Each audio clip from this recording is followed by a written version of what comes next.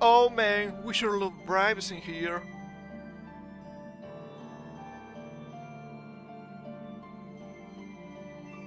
Some people do, at least. It's not strange. It is kind of expected. But still, I don't like it. I don't like it at all. Let's change the music real fast here. It's going to blast my ears. I hope not. Okay, not bad. Not bad at all.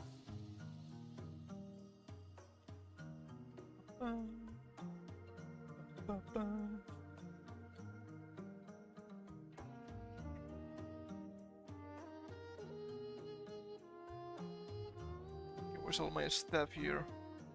There we go. I'll bring up my browser. We have some strange stuff for today. Some stuff I don't like, some stuff is a little bit of schadenfreude, as the Germans say. And some other stuff is I don't understand. What else is new, I guess? Okay, hold up, where's this thing? Let's start with some updates. Which is a little bit interesting, I guess. Let's see here. From Idle Corp, they have a follow-up announcement regarding Brave Group US acquisition of Idle. Here we have it a little bit bigger. Dear fans, we want to start by thanking everyone for the warm welcome following our recent announcement about Idle's acquisition by Brave Group US. Pretty normal. Your support and trust mean everything to us, and we promise to do our best to meet your expectations. And that's fine, I guess. We also want to express our gratitude for the Idle management team's willingness to work with us. Their cooperation is essential for a seamless transition and the success of our shared vision. Everything makes sense here, it's pretty much just PR speak. Just a bunch of... sure, what the hell, I guess. As noted in the previous announcement, when integrating Idle into Brave Group US, we prioritized giving every talent the freedom to choose their future with us. It was important to us that no one felt forced into the decision amidst such significant changes, and I think that is actually pretty good. We understand that transitions can be daunting, and working within a larger corporate structure isn't for everyone. True. Therefore, we're thrilled that Nick Kirei, Koni Confetti, Kai Saikote, Momo Otaku, Pokura-kun, Rokaroring, Ko Akugaki, Lullaby, Ruby Runhart, Taika Toragami, Chika Fuji Lisa, Enya Ignis, and Shaboltonia have chosen to stay and work with us on growing Idle together. And I expected at least Lisa to stay in Idle. She just joined. She was indie for a while after Sundari died. So that makes sense to me. But damn. Damn. She has to be thinking something like everything I love dies. It's rough out there, you know.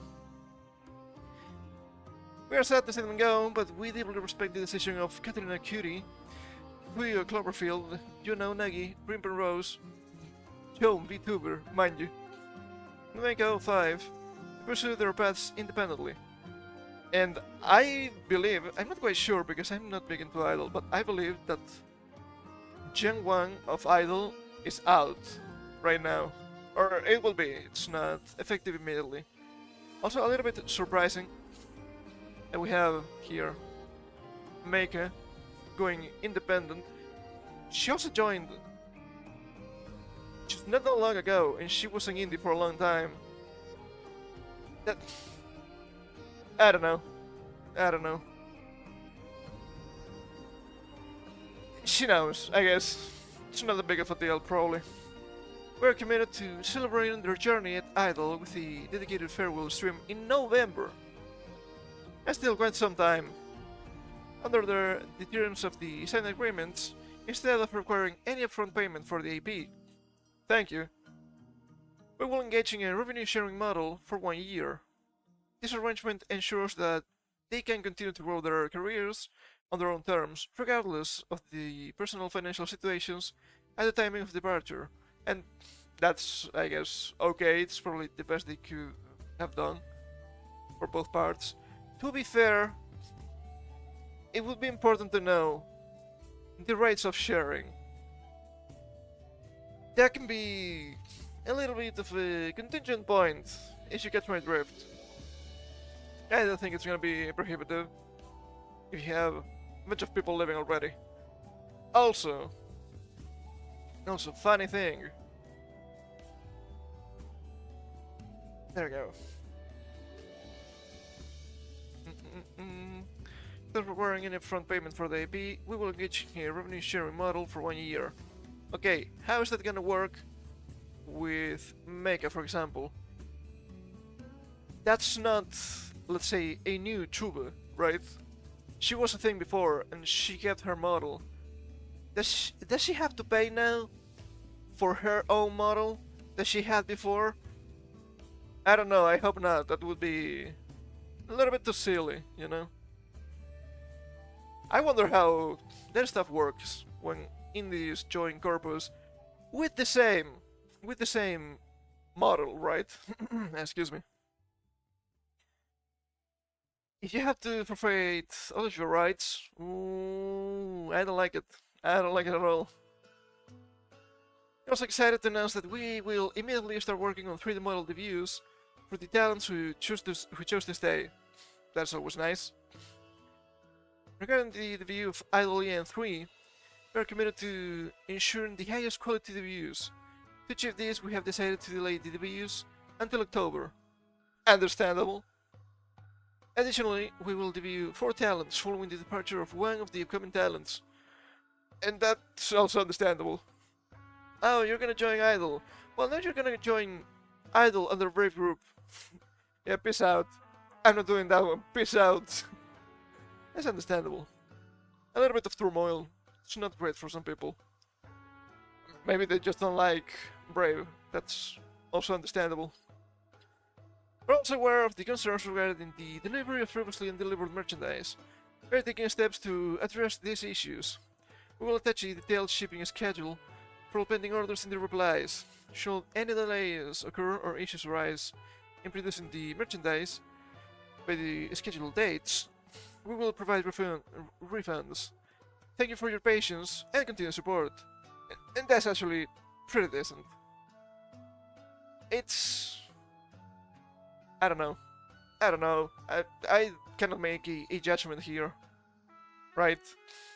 Because I want to say, oh, it is strange that Ring is leaving. Apparently, she was thinking about leaving no matter what. So, why not take this chance? She said it herself, right? I think I'm better suited for an indie with a manager than a corpo. And that's okay, that makes sense. I'm not fond of corpos, okay? I understand that they're like necessary evil sometimes. Let me lower this a little bit. I don't think it's too high, but still. I want it to be just in the background. I think that makes sense.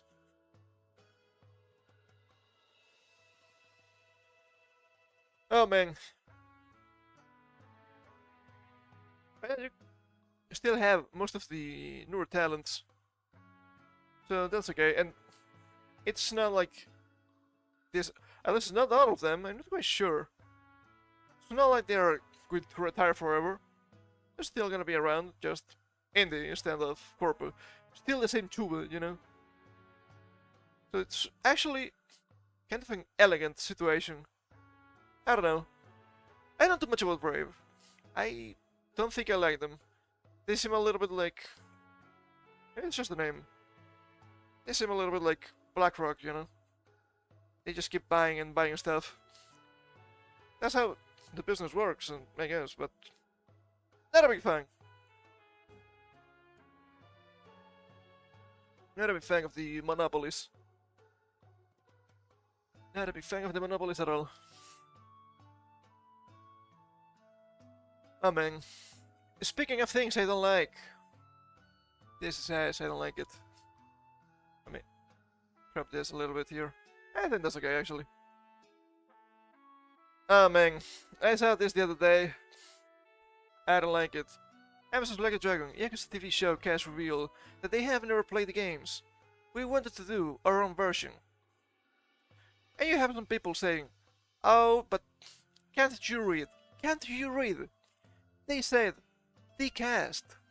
They said nothing about the producers, or the directors, or anything like that, or even the script writers.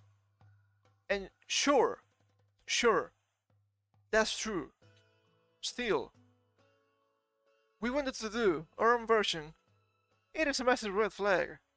And I've read this before. It's not looking good. It's actually not looking good. I wanted to give them the benefit of the doubt. It's not looking good. So bad. Statement is building for the coming release of TV show Like a Dragon, Yakuza, Amazon's latest video game adaptation, which hopes to follow, my bad, in the footsteps of their hit series from earlier this year, Fallout. And I really find that hard to believe. Fallout was a hit series.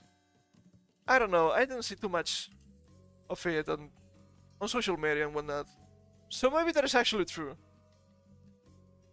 Based on the Prime video game series of the same name, the Prime Video show will see actor Ryuma Takeuchi take on the lead role of Kiryu, a fearless Yakuza warrior.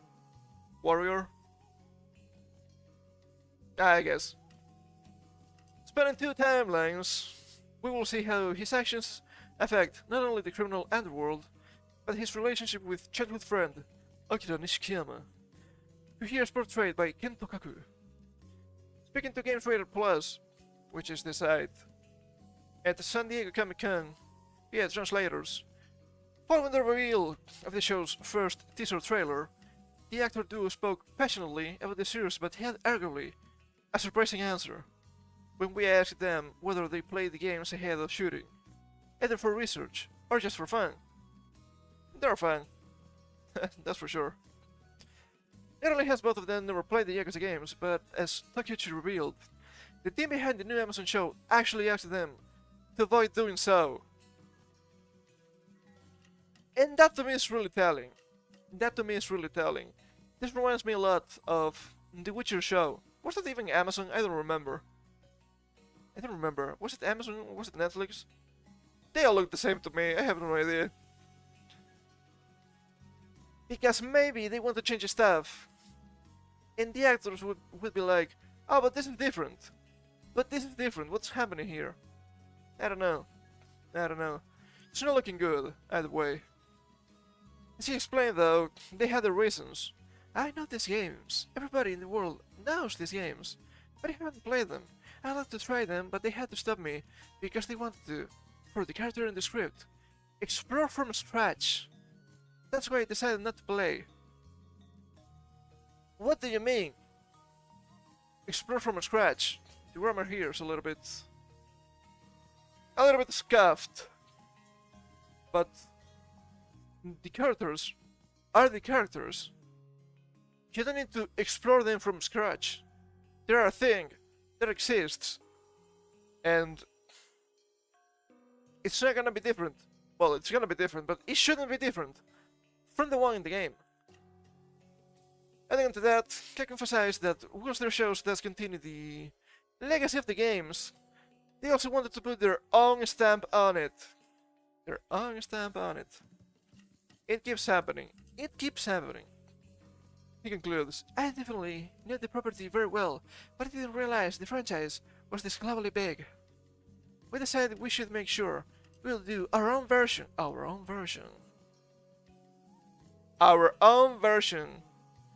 Relive the characters, take the spiritual elements, and embody them on our own.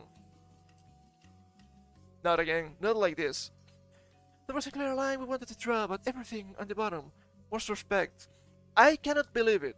I just cannot believe it. You keep saying this stuff, and I just don't believe it. You keep saying, oh, It comes from the place of respect. We want to make something that will make the OG creator proud, but it's gonna be our version. Stop it! Stop it! Stop it at once! The first 3 episodes of Like a Dragon Yakuza will premiere on Prime Video on October 24th, with the new episodes following weekly. Why? Why? Why does this keep happening? I will never understand. I will never understand. If you want to make your own story, go ahead. Go ahead, do it. That's not the point here. That's not the point. But if you want to create your own story, do not latch yourself to an existing IP. There I invoke the demons. There I invoke the demons that try to do this and fail miserably. Dare I say, which apparently released, I don't know, not too long ago. I don't even know when, but not too long ago. The Borderlands movie, which apparently is gonna be a massive flop. Do we have to mention, which apparently was also a massive flop, the Halo live-action series that I do believe it was from Amazon too. Even if it was not a video game, there I invoke the name of the Rings of Power. That had nothing to do with the talking works. There I mention the most forsaken of them all, Dragon Ball Evolution. It's not looking good. It's not looking good. And to be fair, the trailer wasn't that bad. Once again, yeah, you're gonna need to use normal people to as actors, right? You will not have someone that looks just like Kiryu. That's gonna happen. It is unlucky, but that's gonna happen. I didn't like the music though. I didn't like the music. But after looking at this, I have no hope. I actually have no hope. You don't hate this big corpus enough, I'm afraid. But speaking of butchered anime adaptations, because I had to mention the most forsaken of them all. Oh baby, this is looking to be another beautiful disaster. Rumor: Lionsgate's live-action Naruto films is a complete disaster, with producers not knowing anything about the IP. Oh jeez, just like with Dragon Ball Evolution. Jesus Christ. It's so bad. Why do they keep trying? Why do they keep trying to make live-action adaptations of shonen? It's not gonna work. What are you doing? Not only the designs are really over the top, which they are, how the fuck are you gonna do all of their superpowers? What's wrong with you? August 3rd. It's been a couple of days already. A rumor claims that Lionsgate long gestating live-action Naruto film is a complete disaster. I believe it. With producers not knowing anything about the IP. And this is supposed to be mainstream. This is supposed to be mainstream anime. One of the most mainstream, actually. What the hell? What the hell? They're not even trying. They're not even trying! This rumor comes from Matt McLean. McLean. That's a funny name. At Cosmic Book News, who shared that his insiders informed him the film is a complete disaster, and it is on the level of Dragon Ball Evolution. I promise I didn't read this before. Oh. My fault! I summoned the demons! I just summoned the demons. Doing as bad as what Lionsgate is doing with the Crow reboot. That's also a tough one. That's also a tough one. We read about the Crow reboot. That was months ago already. And it's looking absolutely horrible.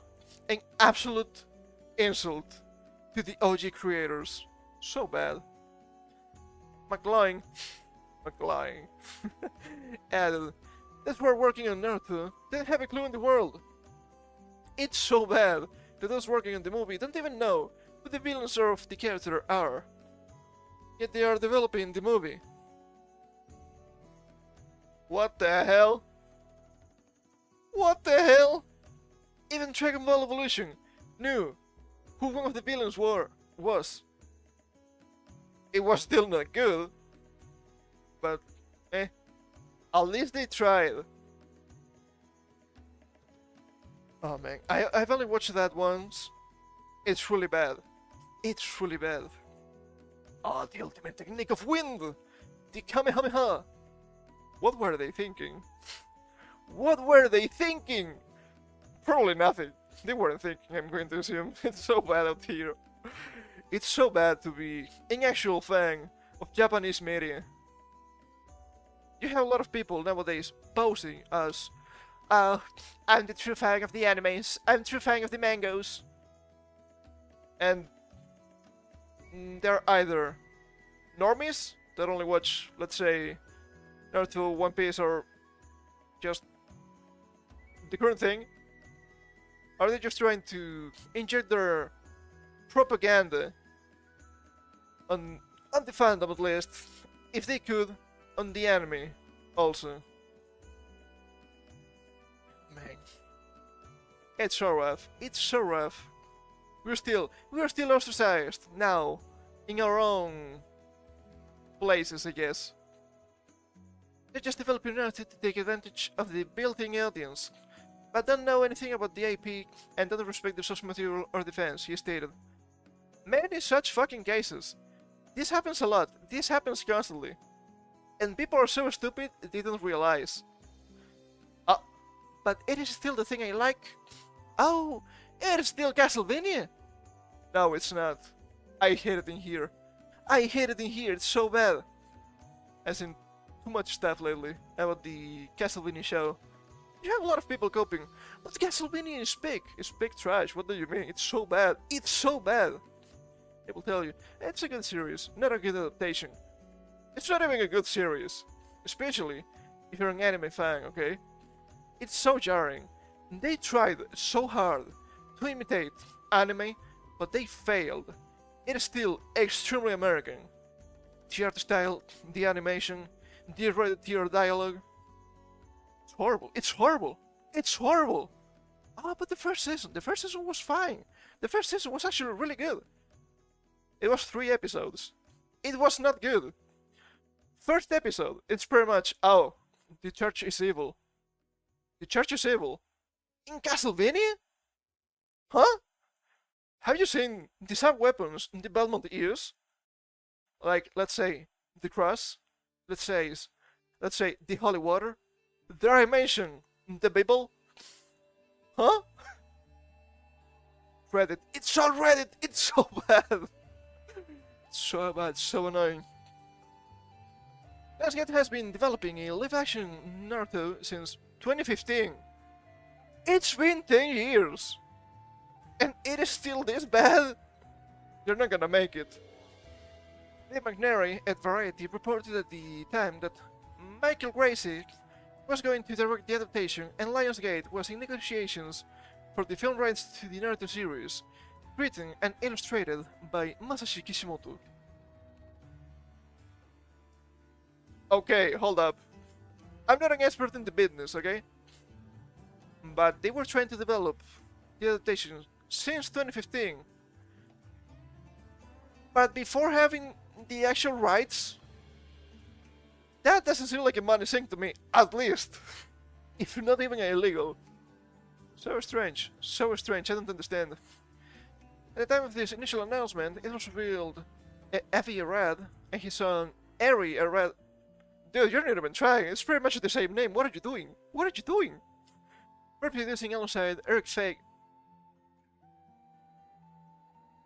Name sounds familiar, I don't know why. I don't like it. It's probably bad that the name sounds familiar. Jeff Shavitz and Kelly O'Malley. Is this a psyop? Is this a psyop? I don't know. With these names, it's so strange to me. More recently, Boris Kidd at The Hollywood Reporter in February noted that Shang-Chi and the Legend of the Ten Rings director Destin Daniel Cretton Unlucky. More like a critting. I don't know the guy, just trying to make a silly joke here. Had boarded the film as director, writer, and producer. Is this normal? Seems a little bit too much. Seems a little bit too much. 2 of the 3, okay. 3 of the 3? A little bit too much. A little bit too much, I don't know. It noted that both eras are still producing. They're joined by Jim Mumford, MEU, and Jeremy Latcham now. That's a lot of people. And no production at all. What's happening here? What's happening? This is the official one. The fuck do you mean? Art of the Doppelganger. It's Nimpo. Kagebunshi no Jutsu. It's not a doppelganger. It's a shadow clone. It's literally a shadow clone. We're not gonna make it, bros. Not like this. Not like this. This gate also secured a glowing feathers in my articles. A glowing statement from Kishimoto who said, "We heard of Destin's attachment. It happened to be right after watching a blockbuster action film of his.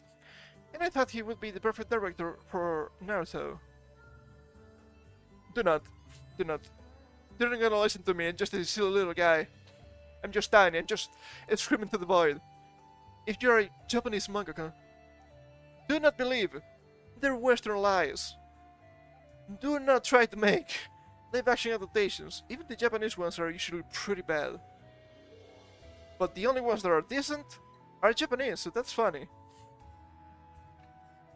After enjoying his other films and understanding that his forte is in creating solid dramas about people, I became convinced that there is no other director for Naruto.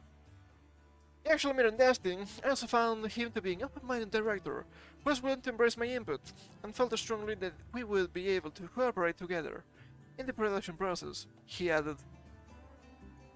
How is that working for ya, buddy? How is that working for ya? I haven't seen the movie yet.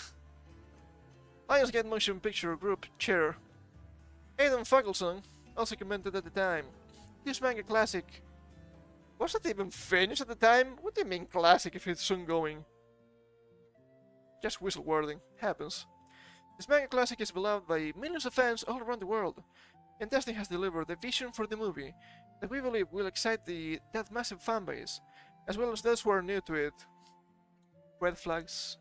Red flags all around me. Is this China? I only see red. What do you mean? A vision. It will excite the massive fanbase, as well as those who are new to it. You're trying to appeal to an audience that doesn't exist. That sounds really common nowadays. They will never learn. That's the worst part. He added, "Evie and I have had the pleasure of working together before, and I know that as we collaborate with Destin and the team on Naruto, we are in extraordinary hands." Extraordinarily good hands? I don't know what to tell you. What do you make of the rumor that Lionsgate live-action Naruto is a complete disaster? Even if this rumor is completely false, it's gonna be a complete disaster no matter what. That's still gonna happen. That's unavoidable, okay? It's a live-action, an American live-action adaptation of a Japanese shonen. It can only be a complete disaster. What do you mean by this? Dare I invoke the forsaken name of Cowboy Bebop? I know what's forgetting some. Be nice, don't suck. Yeah, tell them to the director here. All the animated Naruto movies are standalone and self-contained for a reason, because telling this massive story isn't possible in one movie. Yeah? Yeah, also that. Seriously, fucking Rurouni Kenshin got 5 live-action movies and Attack on Titan had 2, and they barely covered shit in those 2 movies. I've only seen like 3 of the Rurouni Kenshin movies. They're okay. The dubbing was ass. But at that time, I couldn't watch them Japanese subtitled. It was on the TV, and those bastards, they didn't want to give me subtitles. When I reached the 3rd one, I was like, fuck this. Japanese without subtitles. It's gonna work. And it's actually pretty okay. And Attack on Titan, I only watched one of them, and it didn't have anything to do with the manga actually. They went on a limb and nothing made sense to the actual lore of the series. It was an interesting movie, I guess, as a standalone, but sure. A 90-minute movie divided up into 22-minute episodes. Gives a little over 4 episodes. You have to summarize a lot of stuff. You have to skip a lot of stuff.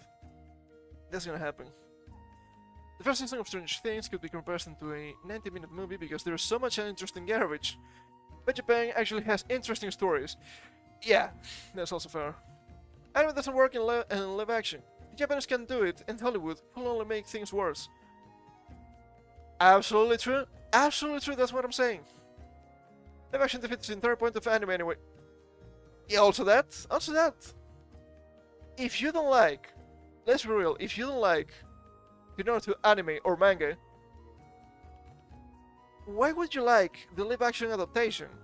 Is it because it's not as cringe? No, fuck you. It's not as cringe. It's more cringe because it's bad. It's America trying to one-up Japan at their own game. They're gonna fail because they don't even know the rules. I don't understand the desire to see something represented in live action.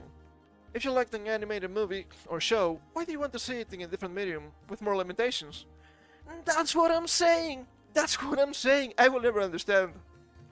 The other explanation I've got is some people still see animation as children's entertainment and want the legitimacy of live action.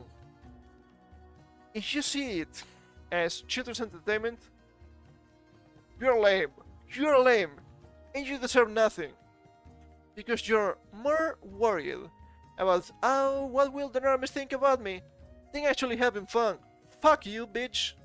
I still like Dragon Ball. Not Dragon Ball Evolution, obviously. And I will watch Dragon Ball, even when I'm an old fuck in a retirement home. If I don't die in a trench. Okay? It's cool. I don't care if it's a drawing. It's actually cool, because it's a drawing. You should try to do it in a live action. Wouldn't work. It's not cool. Oh man, I'm going to survive Masako no Sawa. That's gonna be sad. That's gonna be sad, man. Hold up. I'm thinking that Woke no Jutsu is not going to save this. Can you imagine a DEI infested Naruto movie? Holy shit, dude. They had darker skinned characters in the original, right? I do believe that the from I never paid too much attention to Naruto. I actually read the full manga last year or 2 years ago, and it was enjoyable. It was enjoyable until you reach the end and you're like, okay, what the fuck is going on? Who is this Kaguya bitch here? Doesn't make any sense to me. I was actually getting into the final mother fight, and then that happened. I was like, oh, this is ass. I understand what they mean now. I understand what they mean now. But yeah, they had some darker skinned ninjas. And that's cool. I don't remember their village, but I know they appeared. I think it was the Lightning Village, right? I don't remember the Raikage being also dark skinned. Also, Hachi? What was the name again? The Jinchuriki for the 8 tails, the guy with the octopus. That guy also had dark skin. It doesn't mean they're black, right? That guy was a little bit too African American, perhaps, in his style. And that's okay. And that's okay. That's sure important. I don't think that was DEI at all. It was really organic, I guess. He was pretty cool too. But yeah, you don't need DEI. You don't need DEI. You have really powerful female characters too in Naruto. Diversity is our strength. Magical. Magical. But at the end of the day, you don't hate all these mega corporations enough. But I do feel great when they fucked up. When they fuck up, I love it. That's here. From the rap. Netflix, Crunchyroll, impacted by data leak with full episodes of anime titles. Hard to Stopper, Season 3, released. The team is aggressively taking action to have it taken down. A Netflix spokesperson tells the rap exclusively. Exclusive. Netflix and Crunchyroll titles leaked on social media Thursday, with full episodes of shows released on TikTok and Twitter, including the anticipated Hard to Stopper. I don't know what that is either. Season 3 and anime fair like Arcane. Hold the fuck up, bitch boy! Arcane is not an anime. It's not an anime. Do not lie to me. Do not lie to me. I don't like it. It's not anime. It's Western slap. And the Season 3 premiere of ReZero. They have a full list on this one? I'm not quite sure. Well, it was first reported internationally as fans spotted clips of unfinished footage on social media. As was reported by sites like IGN and What's on Netflix. Twitter users lamented the leaks, begging the streamers to release the shows early to counter the avalanche of spoilers. Read the mangoes. Read the fucking mangoes! One of our post-production partners has been compromised, and footage from several of our titles has, unfortunately, leaked online. A Netflix spokesperson said in a statement exclusively to the Warp Thursday night, "Our team is aggressively taking action to have it taken down. It's not gonna work. It's on the internet forever." So sad. We are aware of a Canton leak ahead of one of our fall series. We've opened an investigation to identify the source of this leak, and our team is taking action to have it taken down, the Crunchyroll spokesperson said in a statement Friday. Friday as in yesterday? A similar type of situation affected the release of the Season 2 finale of the HBO hit House of the Dragon, ahead of its release last week.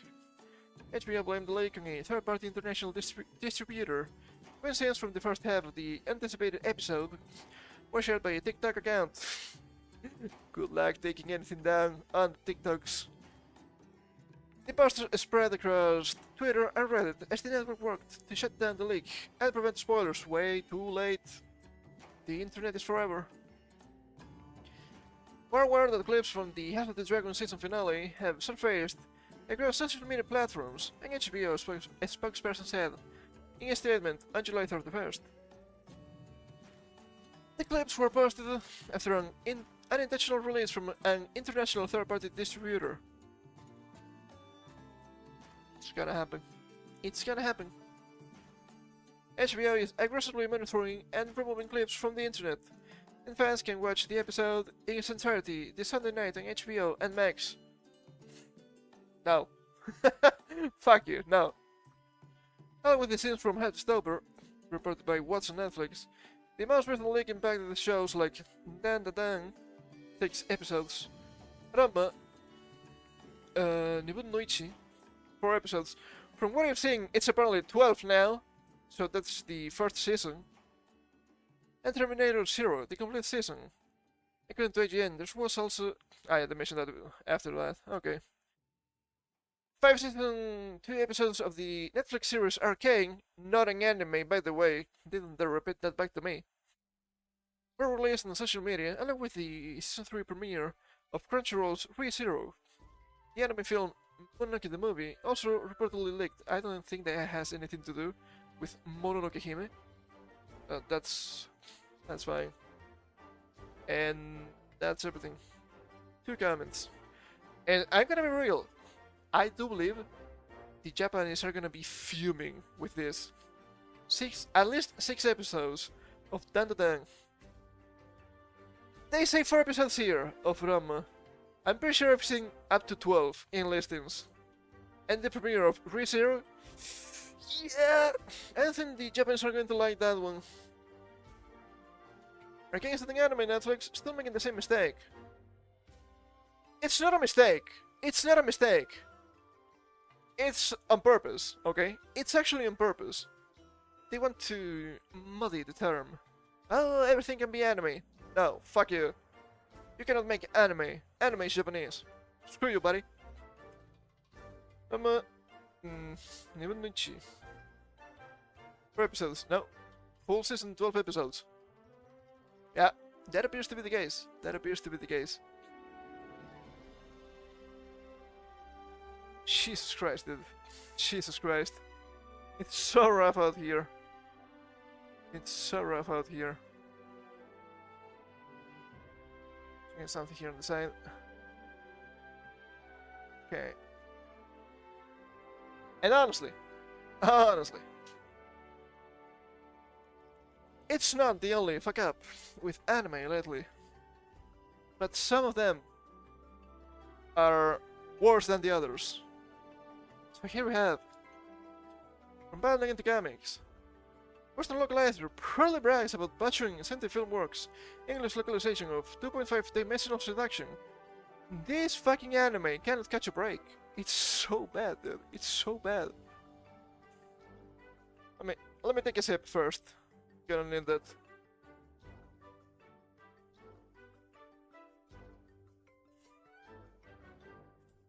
We have a little bit of schadenfreude here. Don't worry about it. Despite the looming threat of being replaced with AI, embodied Western localizers are not only continuing to deliberately botch Japanese media, but some, such as the localizer behind Sentai Filmworks' English localization of 2.5 Dimensional Seduction, are not afraid to openly boast about their masterpieces on social media. As previously covered, we read that last week. Between turning protagonist Okumura from a shy and socially unaware otaku into a slightly sexist jerk, to having a group of girls being jealous of another girl's rumored promiscuity instead of attacking her for it. What did I mean by this? This whamming, too thirsty for their own good. The outright change in dialogue almost wantonly keeps happening. Sentai Filmworks' English subtitle for 2.5 Dimensional Seduction are, to say the least, an absolute disaster. Keeps happening. And the localizer behind this mess, none other than the notorious professional anime manga and video game localizer, fucking Katrina Lunaticus. I'm sick and tired of this whamming. Who revealed her involvement in localizing cosplay ecchi anime prior to its airing. You know, Katrina, what you should do? You should shut the fuck up! You should shut the fuck up! If you were half as smart as you think you are, you would shut the fuck up about the shit you change. Piece of shit. Not the soy image gang, I don't like it. I've skimmed a little bit through this article. I don't think we have ass pictures here, so that's actually nice. Unsurprisingly, the premiere of Katrina's work on 2.5 Dimensional Seduction soon drew a wave of outrage from audiences, their frustration speaking due to being yet again denied a faithful translation of a Japanese work. Any such cases. However, rather than even taking a moment to acknowledge fans' concerns, oh man, I'm burping so much today. Katrina has instead, like she did with My Little Life as Inukai-san's dog, come out of the woodwork to brag about her latest masterpiece and weaponize it against fans. They hate you. You should hate them back. That's the only thing they deserve. Said masterpiece can be seen in the series' third episode. Lily X Miri, during the scene when Okumura's childhood friend Mikari Tachibana agrees to cosplay as the fictional character Miriela and proceeds to ask the otaku for his opinion on the character. We were saying a little bit about this the other day, but I think that's important.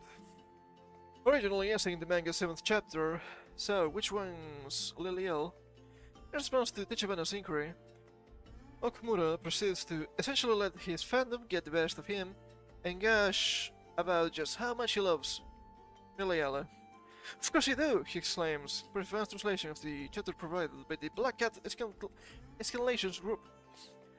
Noah's charm is completely based on her abusive actions towards enemies, and then how she treats all of them like slaves.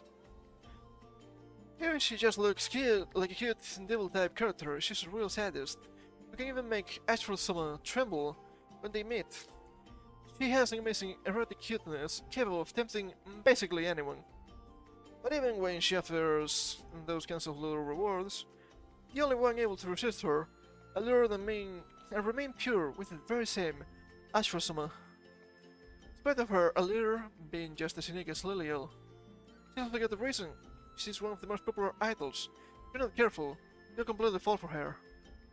Taking aback and overwhelmed, Mikari further presses. I thought you said you would cheat on Liliel? To which Okumura clarifies in turn. Of course, Liliel's my waifu, but Liliel's my imoto. Still unsatisfied with his answer, a frustrated Mikari pushes back. That's not good enough! Here we have the page. Pretty much the same. I wouldn't read this one if I was actually reading this manga. I'm that kind of guy, I'm sorry. But in Katrina's localization, Okumura's explanation is not only far shorter in length. To be fair, that can be the anime adaptation. I don't know, I'm not following this one, so I cannot tell. But also far more crude in its content. In fact, replacing the joke of it's generally funny because he is so passionate about his interests, with one whose premise is essentially it's cringe funny because he is being unnecessarily overdramatic and creepy. Cringe funny. What do you think is cringe funny? It's literally just cringe, because they don't understand what funny means. Hell yeah I do, the protagonist responds in the anime. I love her love rivalry with Liliel, and the cute sexy flirting she does with Ashford. That has nothing to do with this, so that is kind of ass. Once again, seems a little bit different, perhaps. So, it's hard to tell. This shortening could be, once again, just the anime adaptation itself. I don't know. We cannot judge that one, to be fair. I would like to, but we have to be fair.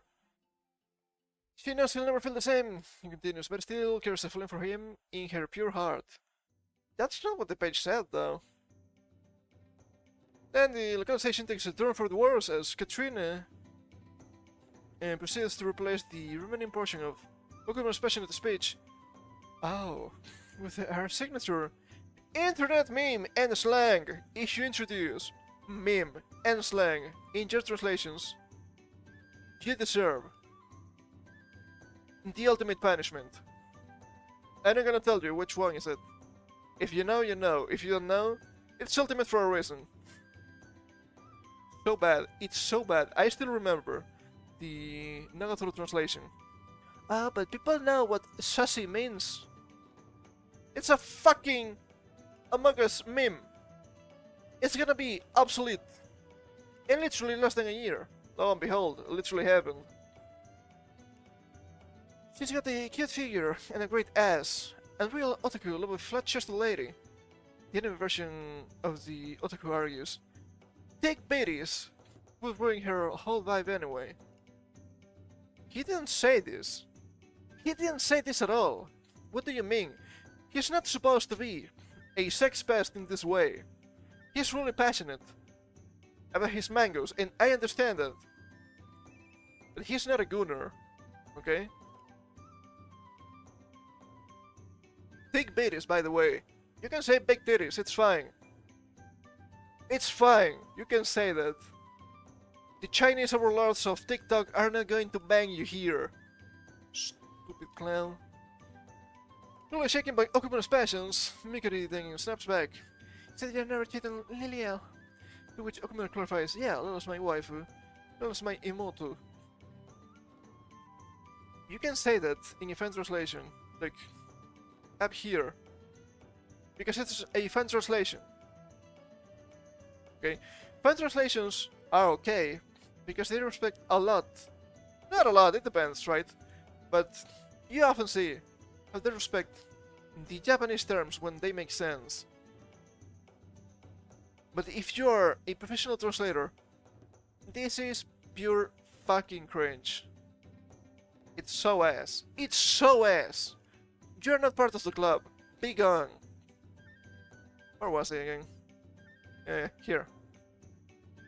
And I want to be your goddamn sister, Mikro exclaims in turn.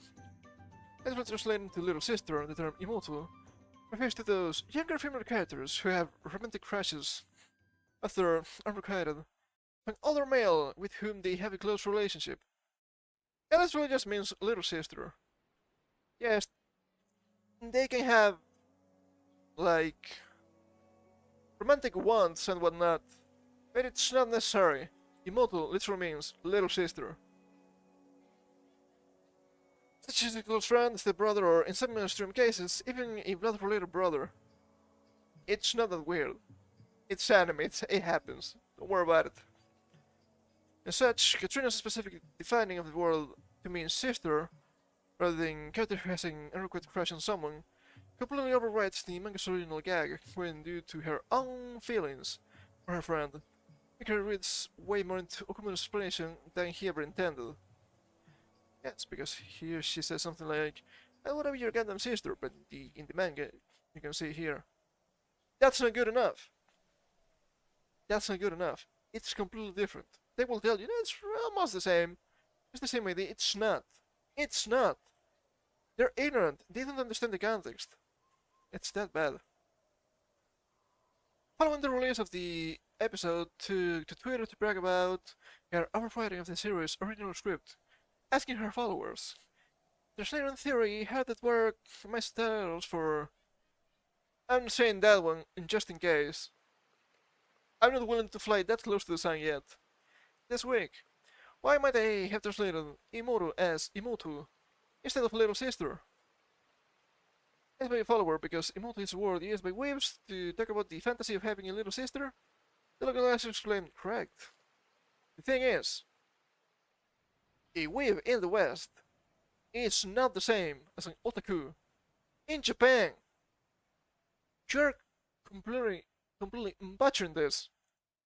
Again. Can we fucking stop at once, dude? But now, since it's somewhat similar, it's somewhat close, it's okay. No, it's not.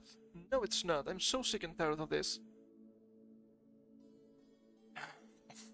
Katrina's veteran was impressed by professional anime and video game localizer Sarah Moon, who affirmed Edward's little sister Esimoto and Bride's waifu for the exact same reason.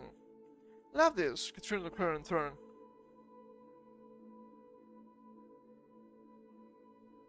The unlimited hate. The unlimited hate I feel for these people cannot be contained. So bad. Doubled down her work, one later pressed why take biddies. So ass, dude, so cringe. So bad.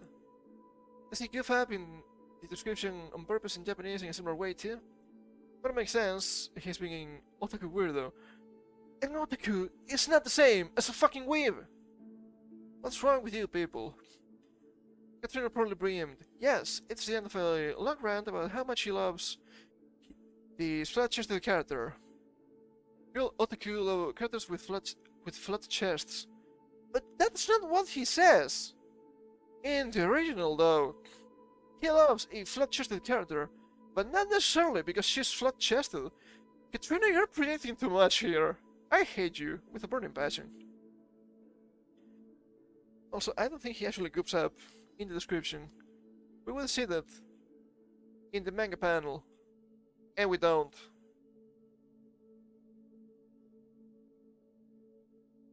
I don't know what to tell you. I'm so fucking tired of this gaslighting, dude. I'm so fucking tired of this gaslighting. Oh my god. Katrina and the Filmworks High Dive or JC staff have responded at the time of this writing. They're not gonna respond to anything, dude. Call me crazy, but I'm actually willing to bet that Sentai did this on purpose. Pick the absolutely worst localizer possible to translate a series. She fixes it! And then they've got every reason they need to start using AI. It's diabolical, but it works. If they're playing 40 chess, maybe. Maybe. Doesn't make any sense to read the manga for comparison. Yeah, that's fair, to some extent. And of course, she's fat and ugly. I didn't say that. It was democratic pedophilia. I was already waiting. So it was this way, breaking about ruining some game or anime. AI can come soon enough. Oh baby, AI is coming. It's coming so fast, it's already here. English localizers furious. Our Japanese publisher, Shogakukan's decision to use AI translations for light novels. They don't care about the works they're ruining. Perhaps the same could be said of all localizers. Oh man, so nice. It's so nice. A large number of English language localizers are unhappy with Japanese publisher Shogakukan's decisions to use AI translation technology to localize a number of their light novel offerings for international readers. English language localizers. I wonder fucking why. Bunch of commies. I hate them with a burning passion. So should you. Jesus Christ, I'm trying. Set to launch in North America and Canada sometime near the end of 2024, Shogakukan's newly announced light novel app, Novelus, will offer users access to the publisher's wide library of light novel offerings, including Too Many Losing Heroines, Shotayo no Sato-san ga Ori dake amai, and Freedom Beyond Journey's End, prequel novel, Freedom the Novel, Prelude. The name makes sense.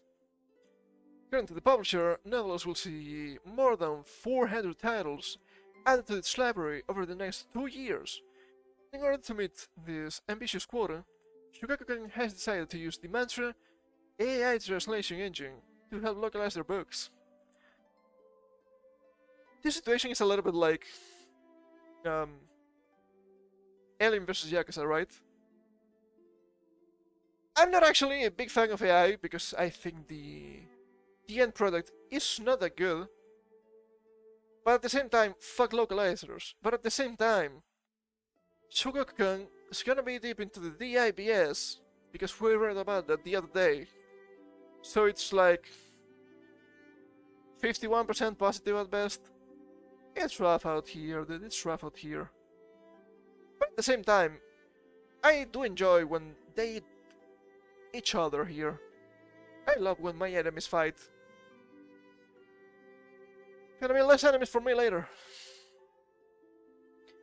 Developed by Japanese tech startup Mantra Co. For using manga and webtoons rather than just providing a literal translation of words like Google Translate or Deep L Sensei. The company's eponymous engine takes story, dialogue, and panel context into account to produce more accurate localizations. And that sounds at least really interesting to me. Having an AI with some sort of context, that could be pretty useful. Technology is amazing. Let's open this up, I'm a little bit curious. Step 1. Automatic detection of speech bubbles. There are websites that can do that, but that's cool. The main image is thoroughly scanned for regions of text to be translated. If they also get the onomatopoeias, it can be a little bit rough, but that's okay. Accurate recognition of detected words. As always really useful. Characters in the detected text are recognized correctly. Even distorted fonts often used in manga. That's actually nice. That's actually nice. Step 3. Machine translation into different language. Text is automatically translated while taking into account the surrounding context. Lastly, the text in the speech bubbles are replaced to complete the translated manga. Would be cool, right? It would be cool how they actually do this context thing.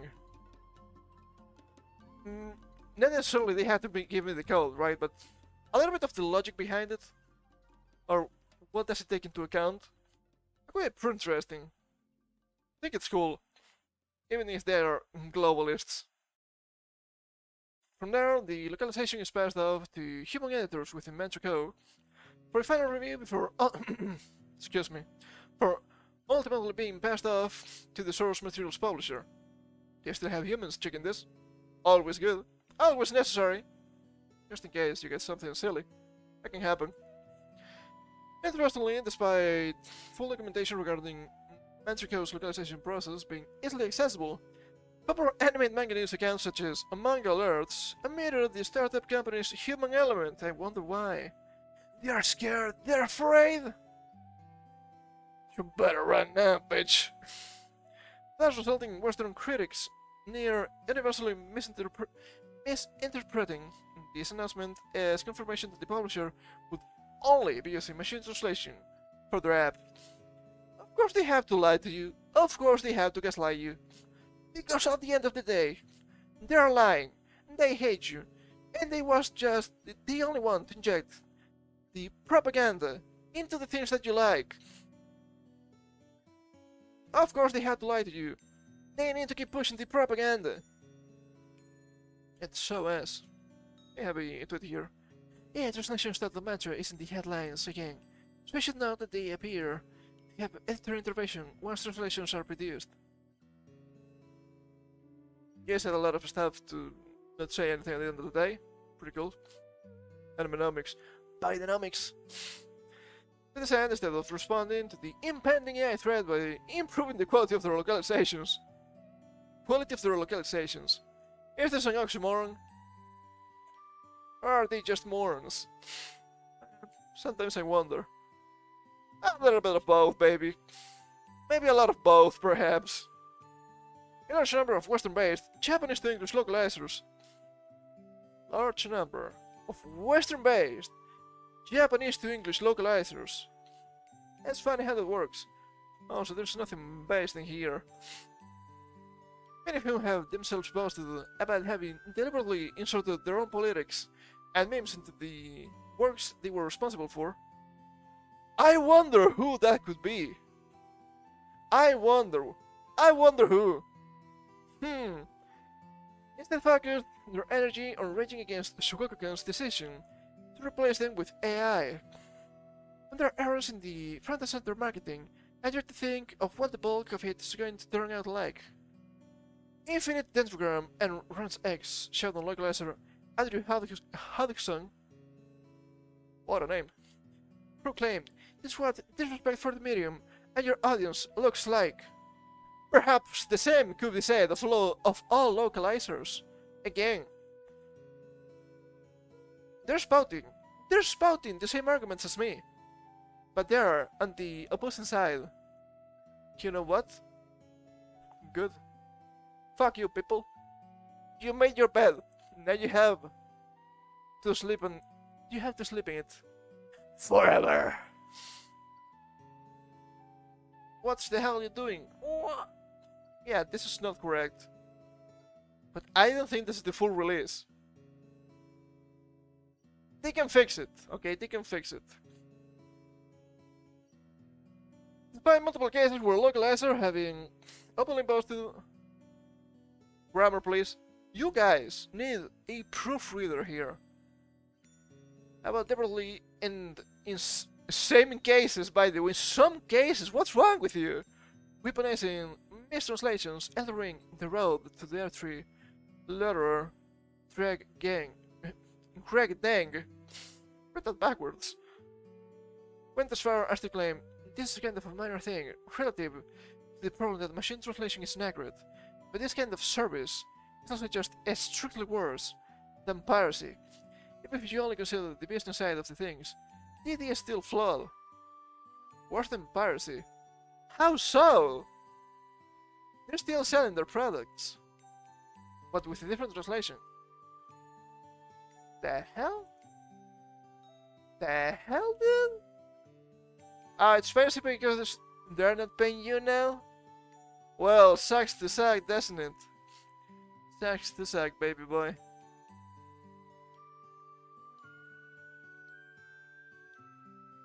Maybe Ubisoft was right after all. Maybe you need to feel comfortable with not owning your translations. This fucking guy. Just this June, Shogakukan announced that it was one of the fund providers for the Tokyo-based AI startup, Mantra, which is focused on the AI translation of JP manga, is titled Last Gender. I thought that was German for some reason. Localizer, Mishmakitami. These companies know manga make money. Greed drives them for more profits in their pocket, not quality. Perhaps the same could be said of all localizers. Also, for you, it's not even profit, which is sad. It's fucking ideology. It's so sad. It's funny how they them support black trans liber. Is this a psyop? Is this a fucking glowy? Separates AI with some dashes here. Just to not upset the machine demons. Funny how that works. Sucks to suck.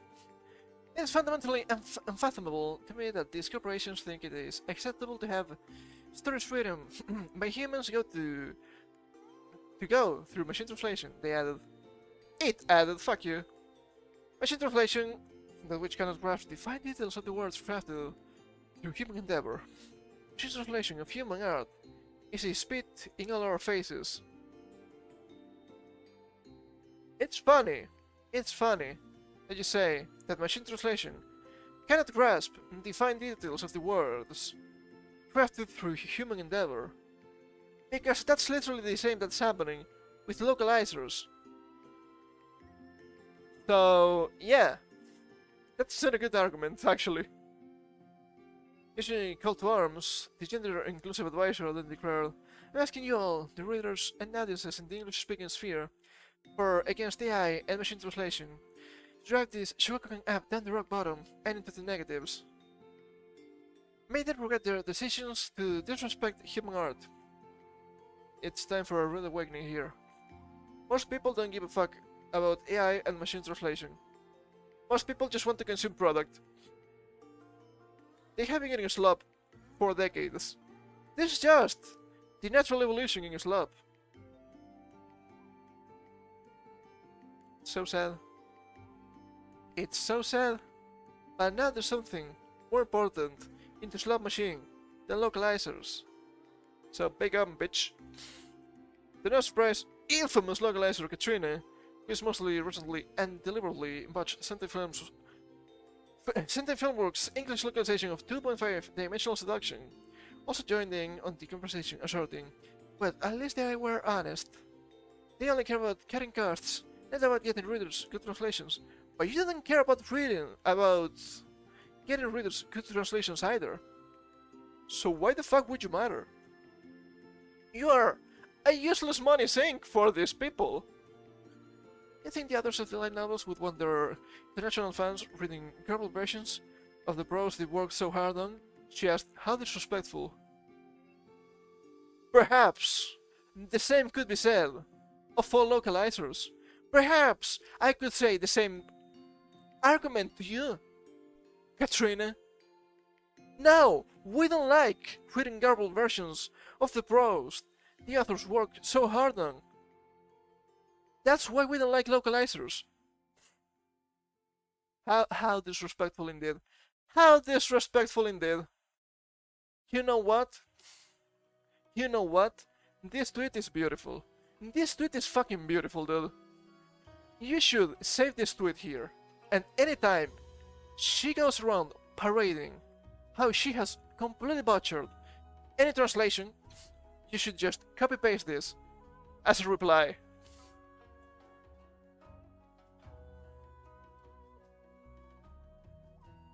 The projection, dude!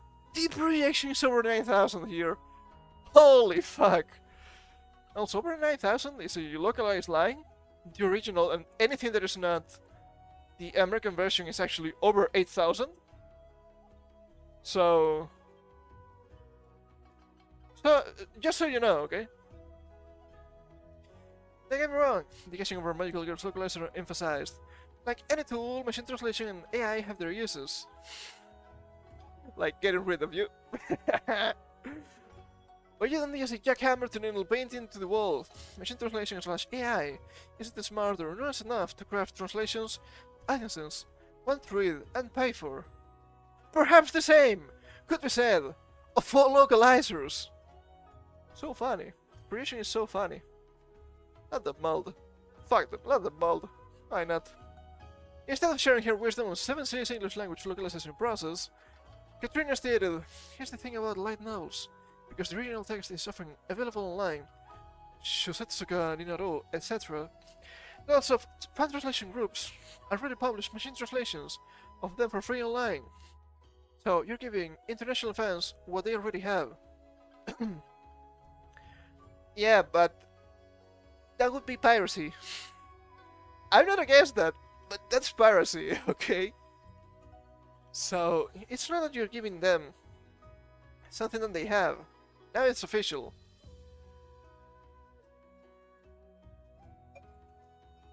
We can together disagree on stuff, but for different reasons. It's just funny. Or I guess we can agree here. But these companies don't care about that, she continued. They don't care about their authors, their customers, or the works they are reading with machine translation. In the end, all they care about is money. Yes, and you're costing them money, actually. Did you know that? Funny how that works. Personally, the English manga log scene is still dedicated to hiring human translators, editors, and letterers to produce high-quality localizations. High-quality localizations? You people keep saying this, it's not a thing. Never happened. Come on now. She concluded. And now we got an award ceremony to recognize the humans that bring authors' work into English with love and respect. So now you have a way to suck your own cock. You shouldn't.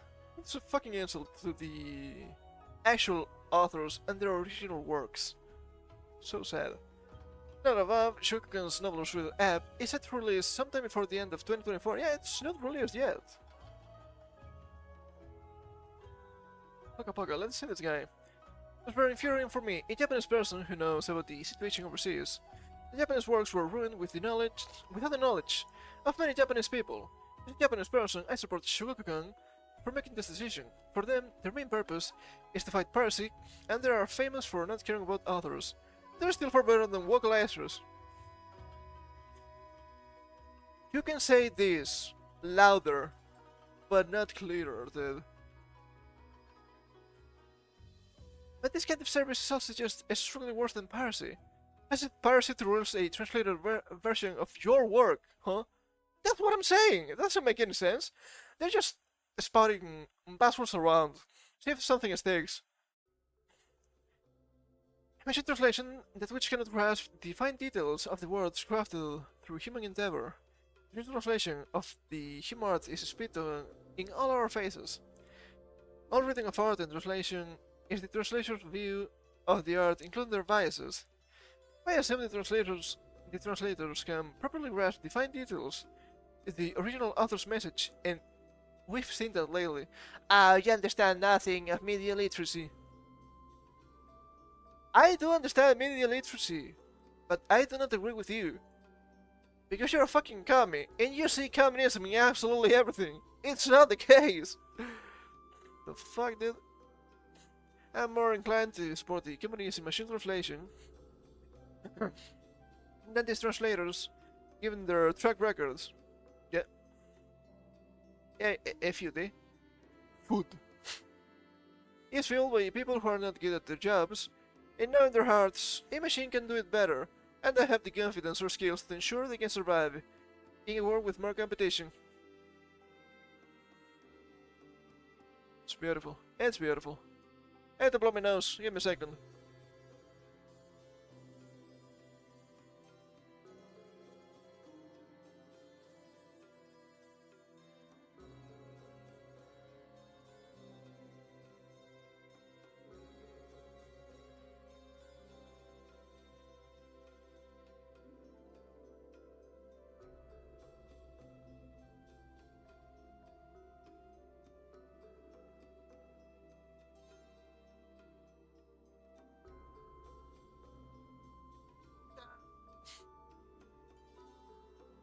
Capcom for the sensors.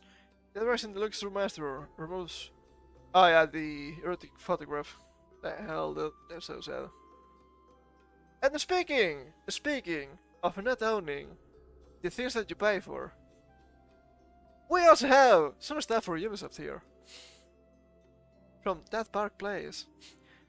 Ubisoft butter up YouTubers and influencers with trips to Disneyland and bought tours to promote Star Wars Outlaws. Imagine. Some people will tell you, this is normal, it's normal to play influencers. And I guess it is. Doesn't make it right though. Doesn't make it right. An investigation into Ubisoft's marketing campaign for Star Wars Outlaws reveals the company bought up YouTubers and influencers with trips to Disneyland and bought tours before giving them access to 4 hours of gameplay footage. I hate everything. I hate everything in the sentence. Even stuff like to and and. I hate it in here. Also, how? I don't understand normies. I said this before many times, and I will say it again. I do not understand normies. You couldn't bribe me with trips to Disneyland and boat tours. You would have to pay me to go here. Fucking normies, dude. I don't like them. German YouTuber Cyberpunk 20XX discovered multiple YouTubers and influencers revealed how they were actually influenced by Ubisoft as part of the company's largest marketing campaign ever. And I guess this is also a rude awakening for people in this sphere. Realizing, yes, YouTubers, streamers, influencers, the big ones at least, I'm not claiming anything for myself here, are the new celebrities. So you shouldn't trust them. They're usually bought by mega corporations. I just seen their stuff with Night Media from the other day with the Mr. Beast stuff. It's kind of scary when you think about it. How a lot of huge content creators are under the same managing company. Makes you think, baby, makes you think. It's just the same, but directly. First, Ubisoft CEO Yves Guillemot revealed that the company was rolling out its largest marketing campaign ever for Star Wars Outlaws. I love this. I fucking love this. I will mention why in a bit. Let's finish this paragraph though. During a recent earnings report call, Berkeley's Nick Dempsey asked, "When I look at the guidance for Q2, and if I assume something similar for back catalog in Q2 as Q1, kind of getting to 200 to 230 million euros. The exchange to USD is pretty much 1-to-1, so we could say 200 to 230 USD. They're pretty close as far as I know. That sort of range. For the new release Star Wars Outlaws, we look at the 70 USD price, and then assuming that you might get what you might get from it, I'm getting to around 5 million units, something in that sort of bracket. You wish you would sell 5 million units. I'd be surprised if they sold even one. There are a lot of normies, but this shit is exploding lately. First of all, where could I be going wrong with the thinking? Secondly, are you just being pretty conservative in your guidance? Because I guess given the interest in the game, we might have thought it would be more than 5 million units. The interest in that game. Okay, hold up. I know, I'm holding whatever the algorithm wants me to see. I haven't seen any interest in the game. Are they lying to their shareholders and whatnot? That happens a lot, so that makes sense. Gilmore replied, "We can comment on the very numbers you are quoting." That's fair. But what we have factored is a strong launch for Star Wars Outlaws. That reflects the fact that it's among the most awaited games of the industry this year. I don't know what this guy is smoking. It should probably be illegal. And a really strong positive community sentiment. Local? Where the fuck is this? I haven't seen any of that. I've seen a lot of people pushing against the game, seeing a couple of bots pushing for the game. Ah, you're just sexist and whatnot. No, I'm just sexy, baby. It's not the same. And also the fact that we're coming with the biggest marketing campaign ever so far for an Ubisoft game. So that's what we've been featuring in the second quarter. Okay, let me explain. Ubisoft. As far as I know, I could be really wrong here, but as far as I know, they need their next game, or the next two games, to be massive success, or they might go bankrupt. As far as I know, the next two Ubisoft games are this, Star Wars Outlaws, and Assassin's Creed Mozambique, Assassin's Creed Shadows. Ubisoft bros, it's not looking good. It's not looking good. And now baby, I love it. You love to see it. You love to see it crash and burn. It's gonna be a beautiful disaster. Part of the biggest campaign, of the biggest marketing campaign ever, was flying out YouTubers and influencers to Los Angeles. You cannot put me in Los Angeles even if you tried. Fuck is wrong with normies, dude? To give them 4 hours with the game. That's gonna be like 60% of the game, honestly.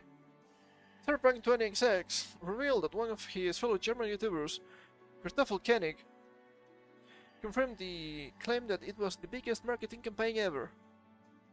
It was the biggest! It is still not useful though! It is still not useful! That's funny.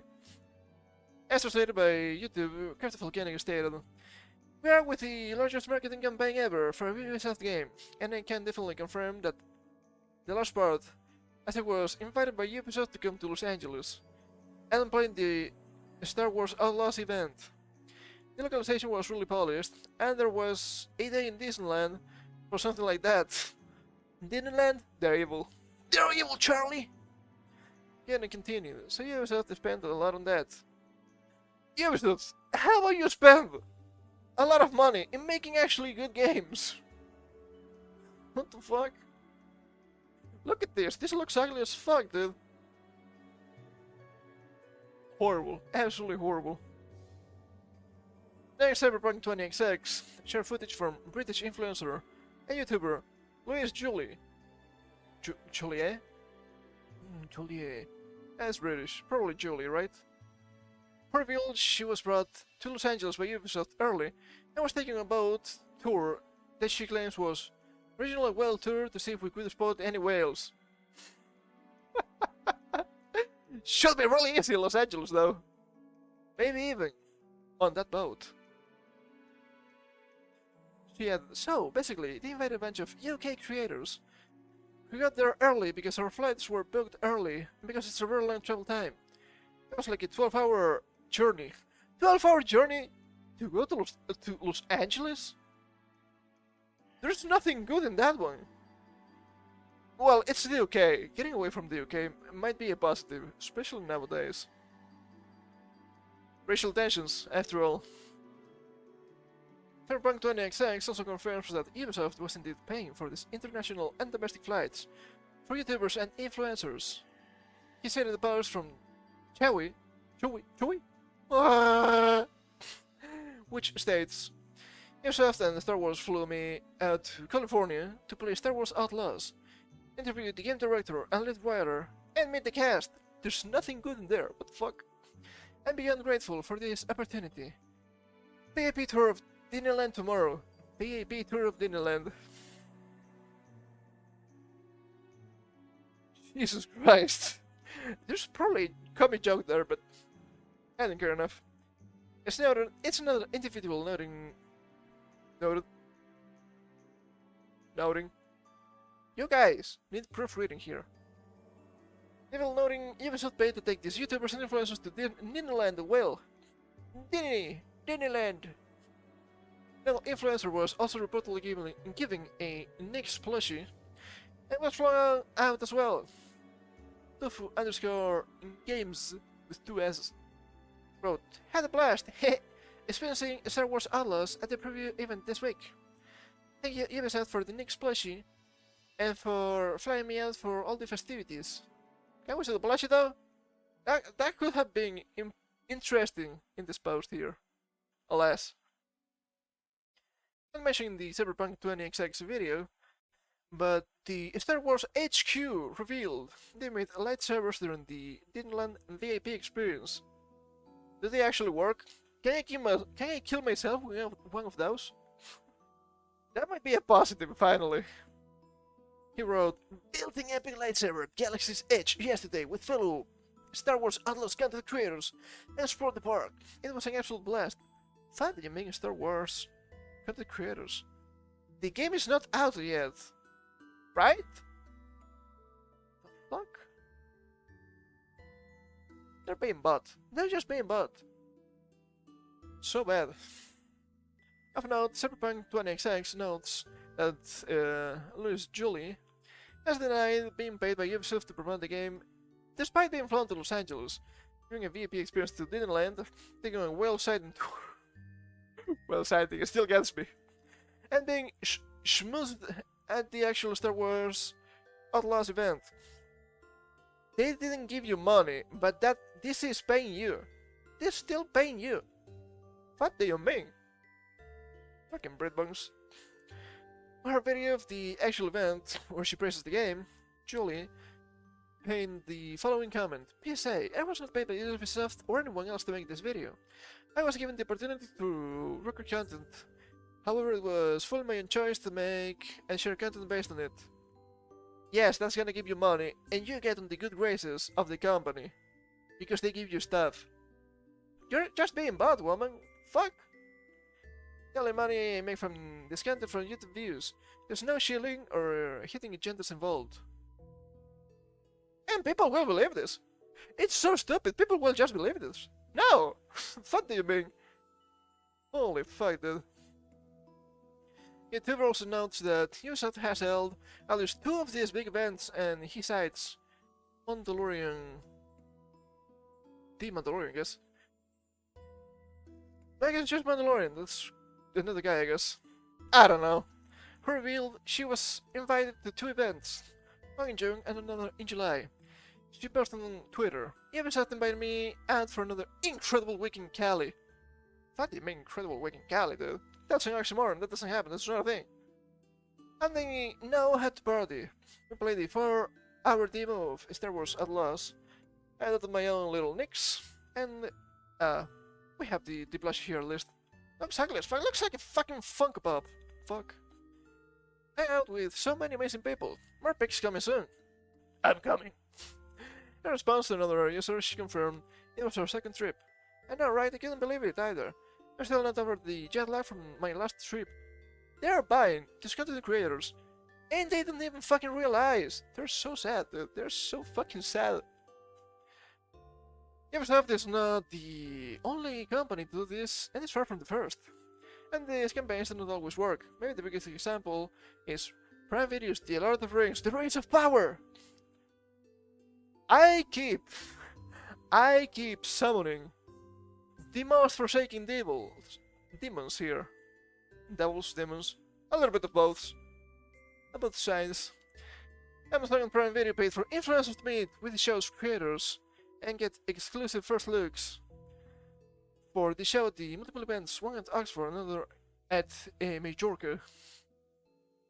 While there was initial interest in the show, a report from The Hollywood Reporter detailed that 63% of individuals who started watching the show failed to finish it because it was fucking ass, dude. The Hollywood Reporter Kim Masters reported, take a drink every time they say report or something similar. You're gonna die, baby. While Amazon, like other streamers, provides unlimited data internally, it held information even more closely than usual on the series. I wonder why. Studies confirm that the Rings of Power had a 57% domestic completion rate, customers who watched the entire series, and some of that was hit watching. We know that. Overseas it reached 45%. 50% completion rate would be solid, but not a spectacular result, according to insiders. Ah, dude, this shit is long as fuck. Can we skip stuff? I'm getting tired of this. Let's read this one. It's not by DPL, the channel posted I completely understand the arguments that were made here, and that was not correct. I had the opportunity to play the game for 4 hours, and it was edited into over an hour of video. As part of the review process, the entire video was thrown back to us, and an intermediary agency at Ubisoft asked for a lot of changes. Red flags. Red flags all around. Especially to the wording at the beginning. You gotta say the game is bad. If you can say the game is bad, you're being bought. Since I personally thought the game was really cool, I didn't see that as a big problem. Fucking Germans, dude. Fucking Germans, they're not gonna make it. This was a huge miscalculation. Me added. Sorry, you don't have to pre-order a game, of course. You can buy whatever you like with your money. I absolutely enjoyed the version I was shown. The process behind it was for the ass. Okay, it's German, makes sense. I'm sorry that we didn't print more against it, but let ourselves be beating wide open. Sorry for that. I think the translating software died a little bit there. This is how influencers operate in general. No bribes. On bribes, my bad. They're no different than the access media. They just have the veneer of independence. Yeah, pretty much. Pretty much. But they're not the only ones bribing people. It keeps happening, it's so ass. Where to find 2024 Player's Handbook Previews? What the fuck is this? This is D&D. This is Hasbro. The 2024 Player's Handbook is packed with 384 pages of new player options, and revised and revamped 5th edition Dungeons and Dragons. They still cannot give it a name. It's so bad. If you want to be among the first players to discover what's inside the upcoming core rulebook, whether it's the College of Dance Bard or Epic Boom Feats, you'll find plenty of preview articles rolling out here on D&D Beyond. We also enlisted the help of some of our friends to show off everything that's new and cool in the 2024 Player's Handbook, ahead of its September 17th release. Below is a list of D&D creators showing off materials from the core rulebook, so give them a follow and keep an eye on their channels for a look at what's to come. And this is actually really sad, because some of these people were actually critics of the new edition or whatnot, and now they're sucking Hasbro's dick. That's pretty sad. Oh, we have the content now. Pretty sad, dude. Had Dungeon Dudes, had D4, Pixel Circus, G&D, Mark Holmes, Dale Kingsmill, Pointy Hat, Dungeon Dead, Jonathan Paris, well, not this guy. Fight Tactics, and Good Time Society. It's pretty sad. They keep buying. They're gonna keep buying. People that you like, they're gonna keep buying. Influencers, why? Because it works. They can just change what people think about them, just like that. It's so sad. It's so sad. It keeps happening. And you look at this and you have to like, this is not high fantasy, this is not sword and sorcery, this is not even D&D. This is fucking California. It's so bad. So bad. Yeah, the sip. So hot today. So hot. I have a couple of random stuff here. Let's see. Oh yeah. I was shown this the other day. I think it's interesting. If it's good, it's potentially interesting. From the fucking European Union. Funny how that works. European Citizens Initiative. Stop destroying video games. I've read this. It looks okay. It looks good. It's still working progress, I guess. Unless they get the designs, signatures, whatever. Deadline. That's July 31st, 2025. Still a year. This initiative calls to require publishers that sell or license video games to consumers in the European Union or related features and assets sold for video games they operate to illustrate video games in a functional playable state.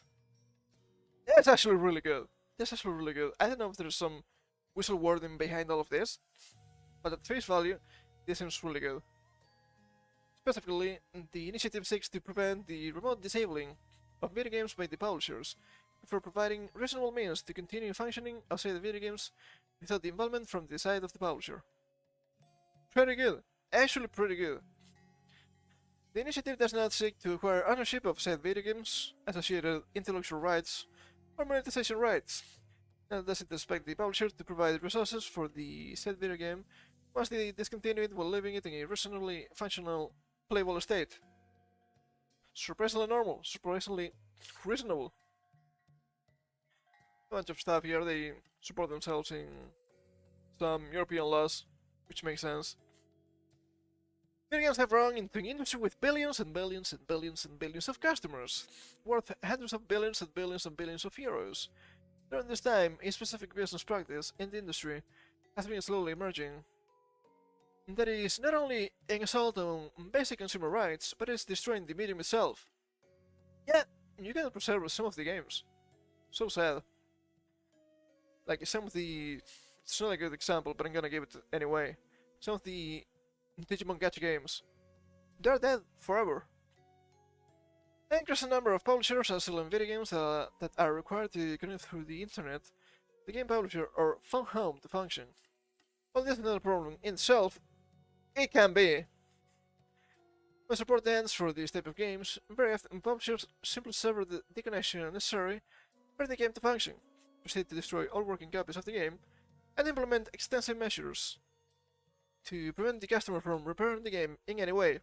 I remember that back in the day. Must have had to try. You want to play high rank? Online only. We have it back, which is pretty cool. This practice is effectively robbing customers of their purchases and making restoration impossible. Besides being an affront on customer rights, video games themselves are unique creative works, like film or music, and cannot be simply substituted with another. I agree with that.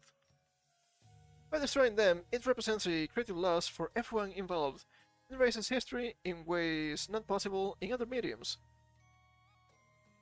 Extremely rare European W here. Surprising. Surprising. System laws and consumer agencies are ill-prepared to protect customers against this practice. The ability for a company to destroy an item it has already sold to the customer long after the fact is not something that normally occurs in other industries, but it actually really is in games. We've seen that a couple of weeks ago, again with Ubisoft, right? Oh, now you don't get access to this game because we messed up licensing, so you cannot enjoy your car game. But I paid for it, it should be mine, and they will tell you, well, you need to get comfortable with not owning your games. Thanks, European Union, for giving them a middle finger. I guess some of the stuff is already lost forever, and that sucks, but we can stop losing games like this. Existing laws and consumer agencies are ill-prepared to protect customers against this practice. The ability for a company to destroy an item it has already sold to the customer long after the fact is not something that normally occurs in other industries. I think I read this before. That's okay. With license agreements requiring to simply run the game, many existing consumer protections are circumvented, and that should be illegal, probably. This practice challenges the concept of ownership itself, where the customer is left with nothing after buying a game. Yeah, that is messed up. That is messed up. And I do appreciate even some gacha games nowadays releasing offline versions of the game. Even Tales of the Rise, that's something, I guess. I'm not gonna play it, but that's something. Wish to invoke Article 17, Section 1 of the Charter of Fundamental Rights of the European Union. No one may be deprived of his or her possessions. Except, what do you mean except? What do you mean except, Europeans? In the public interest, and the cases and under the conditions provided for by law. I don't agree with that one. Stupid ass law. Subject to fair compensation being paid in good time for the loss. who's going to decide that? That's beyond the point of this, but that's also not really good law. There shouldn't be any exceptions here. Commies! Commies all around me! This product deprives European citizens of their property by making it so that they lose access to the product an indeterminate/arbitrary amount of time after the point of sale. We wish to see this remedied at the core of this initiative. You guys should fix this one too. But that's okay. We also invoke Title 15 of the Treaty on the Functioning of the European Union and the following TFEU articles as our justification for and the Union's imperative to respond to this initiative. The EU has an obligation to promote the interests of consumers and to ensure a high level of consumer protection, to protect the health, safety, and economic interests of consumers. Yeah, I guess that makes sense. Safety to some extent. Yeah, I guess I can agree with this. We believe this practice infringes upon or requires correction to be commensurate with the EU's obligation. The actions taken in response to this initiative must supersede any end-user license agreements associated with video games. Yeah, actually, those license agreements probably illegal to some extent, when you think about it. Consumer protection requirements shall be taken into account in defining and implementing other union policies and activities. Given that this practice extends across member states and beyond the EU, the Union's actions regarding this practice ought to keep consumer protection in mind. The actions taken in response to this initiative must supersede any end-user license agreements associated with video games. Once again, facts. The Commission, in its proposals envisaged in paragraph 1 concerning health, safety, environmental protection, what the fuck, and consumer protection, will take as a base a high level of protection. Within their respective powers, the European Parliament and the Council will also seek to achieve this objective. This practice undermines the high level of consumer protection that the Commission, the European Parliament, and the Council takes as the basis of law in the Union. Maybe they're just joke laws after all, so sad. And their objectives of establishing and maintaining the functioning of an internal market as described in section 1 of this article. Yeah, there are representatives here. Country of residence, Germany. Is that a red flag? I don't like it. There are statements of support collected. Cyprus, they don't care about games. Okay, it has to be high in Denmark. Really high in Finland, more than 100%. High in Germany. Pretty low in Greece, what the hell? High in the Netherlands. Pretty high in Poland. Pretty high in Sweden. Sources of funding. No content available. Is that the red flag? I don't know. But I have to admit, this is actually looking good. I think this is actually really positive. And I hope we can keep some games alive with this. Because we're actually missing some bangers, because now we're not gonna give anything for this, it's that now. Well, screw me, I guess. Screw me. I still do enjoy emulation to a great extent, everybody knows that. I still do enjoy private servers for MMORPGs. I think that also makes a lot of sense. Let's see, what else do we have here? Speaking of games, look, if they don't respect this one, I don't care. I'm gonna be biased for a second here. On Game Press, Kitsune Tales combines retro platforming and queer love story on PC today. It released August 1st. Even indie games can be full of shit. I don't like it. But the Kitsune Kaizo spirit and become a mythological messenger of legend.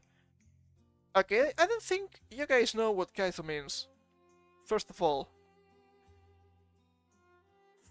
Let's say, Kitsune Tales, the platformer style after beloved classics and steeped in Japanese mythology, developed by Kitsune Games. Also, fantastic games like Kitsune Zero and fucking Super Barney World, and published by Mid Boss, which are extremely AI. Red Only Members and Neurodiver. Best out the power of the fabled Fox Spirit 2 PC. Best Steam today. Console versions are in development for Q1 2025. Guide young half-fox, half-human messenger Yuzu, voiced by Kira Buckland, the voice of Nier Automatos 2B. Yeah, voice acting? What the hell? They had to ask for reviews? That's strange to me. The world's filled with legendary Japanese folklore. These guys are American, by the way. The guys at Kitsune Games are from Missouri, and the guys at Midwest are from fucking California. As the herald of God Inori, it's must run, jump, and collect power-ups and experience that draws inspiration from the golden age of 8-bit platforming, replicating its feel but with more quality of life features. No, it's like Mario 3 but gay. Make no mistake about it. Become a snow fox, sprung on water wearing a shark onesie. Don't you fucking dare. And more to master an elemental wheel of options. Nipper hurdles of the heart in a gay-themed story. Just because. I help the user rescue her imprisoned love interest, Akko, from magical captivity, with the user's childhood friend turned rival, Kitty, imprisoning her anyway. Homophobic, kind of based. Play minigames uncovered throughout the world map, including a 3D maze adventure built in the same handcrafted engine as Kitsune Tales. Expand on the experience by crafting your own levels with the free tiled map editor, and create minigames using a simple but powerful dual scripting system. Yes, Tales are dear to our hearts, said Enika Fox, founder of Kitsune Games. We're so excited to not only share with you all her story, but to see what the community creates in return. We see our community's passion, want to foster their creativity with an accessible set of game design tools. Kitsune Tales is just the start. Can't wait to see where the community takes things from here. Kitsune Tales launches today on PC Steam for $20. That seems too high. With English language voiceover and English, Japanese, and Brazilian Portuguese language text. With Switch, PlayStation, Xbox editions coming in Q1 2025. The thing is, I couldn't trace back my steps, and I can only blame myself. But I remember seeing this fucking game back when we were researching Sweet Baby, but I couldn't find any connection. So if I do find something for that, I will have an update. Because the last thing you want to do is fund the DI collectives that are pushing this BS on video games. Speaking of DI BS, this is so stupid though. From Not the Bee, Not the Bees! International Olympics Committee President tells press there's no scientifically solid system to determine if someone is male or female. You're just lying to me. It's one thing to allow transgenderism to ruin sports and put women in danger. But this is something else. The president of the IOC is telling us, to our face, that it's impossible to know the difference between male and female. We have said from the very beginning, China is presenting us scientifically a solid system how to identify men and women who are the first ones to do it. We do not like this uncertainty.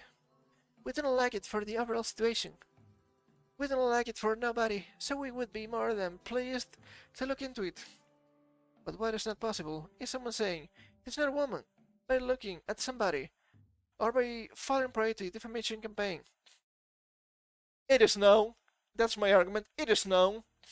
Also, those sports people failed the gender test. So there are tests for that. The fuck do you mean by this? This man, at least I think he's a man, since by his definition I'll never know. Must you think that there's just no way to know for certain who is a man and who is a woman? Well, one of them we don't know, and the other one just a miserable little pile of secrets, you know? I understand this boxing situation is more complicated than examining private parts, but I also know that they have been disqualified from other events due to the chromosome test. There you have it. There you have it. The Russian technology is the best in the world, apparently. Our contributor, Paul Scanlon, has thoughts on this. Is the Olympics trying to tell you that having a Y chromosome isn't the scientifically solid way to determine sex? Apparently so. Apparently so. I'm going to skip the first part of the video. Somebody is presenting us. Saying the same stuff, and I don't want to get the copyrights, you know.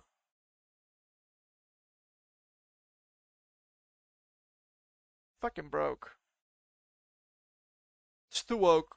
It's too woke. It went broke. The hell, dude. The hell.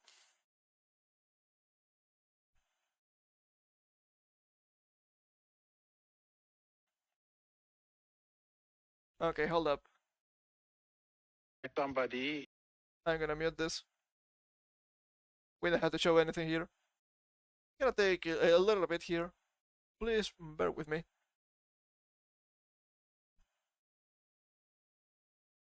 14, 15, 16, 17, 20, 22, not bad. Go back a little bit.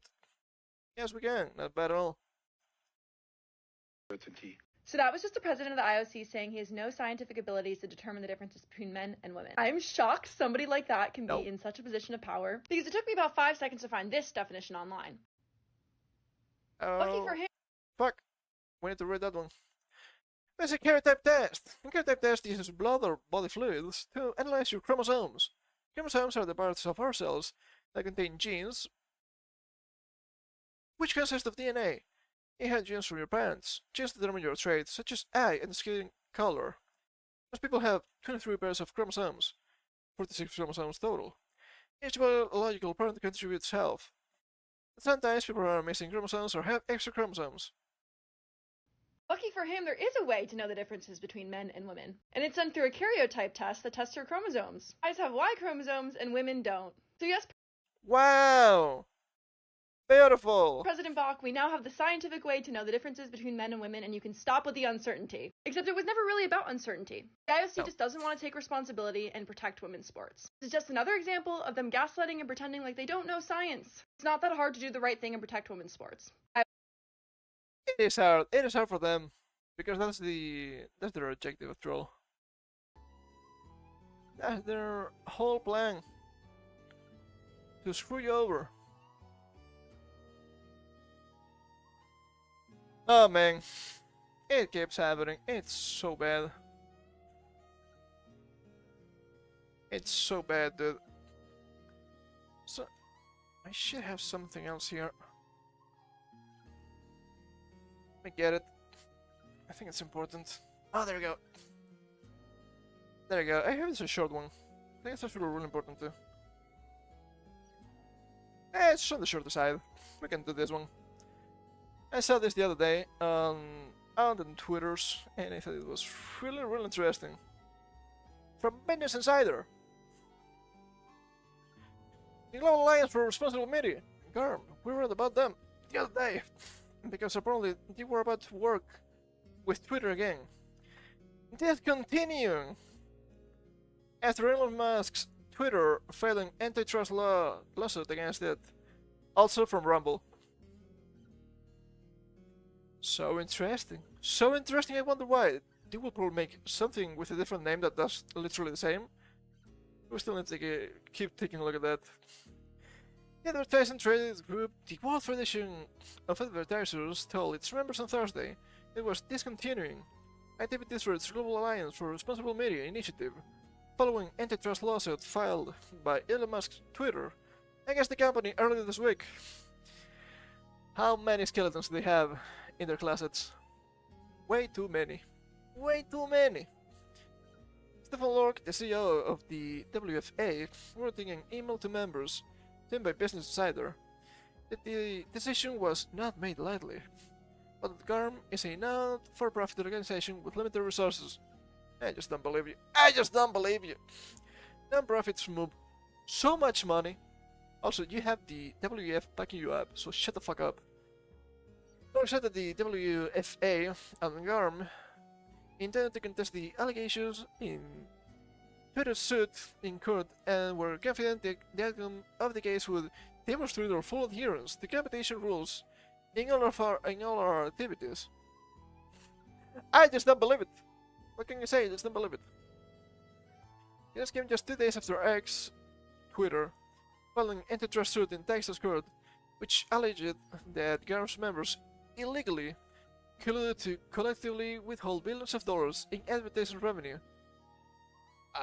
We can't believe that one. From Twitter, now known as Twitter. GARM members, Unilever, Mars, CVS, and Arsted, also named defendants. Representatives for the WFA and GARM didn't immediately respond to requests for comment from Business Insider. Wonder why. Their CEO, fucking Linda Yaccarino, posted on Twitter. Shortly after this article was published, no small group should be able to monopolize what gets monetized. Funny how that works. That's an important acknowledgement and a necessary step in the right direction. I am hopeful that it means ecosystem-wide reform is coming. Founded in 2019, GARM is a US-based initiative that created frameworks to provide common definitions around areas like hate speech, brand safety, and misinformation. That's your fucking problem. That's your fucking problem. That's just commie propaganda. What the fuck did you expect, bitch boy? Its 100 plus members include major advertisers, agency groups, and ad tech platforms. The uptake of these frameworks was voluntary.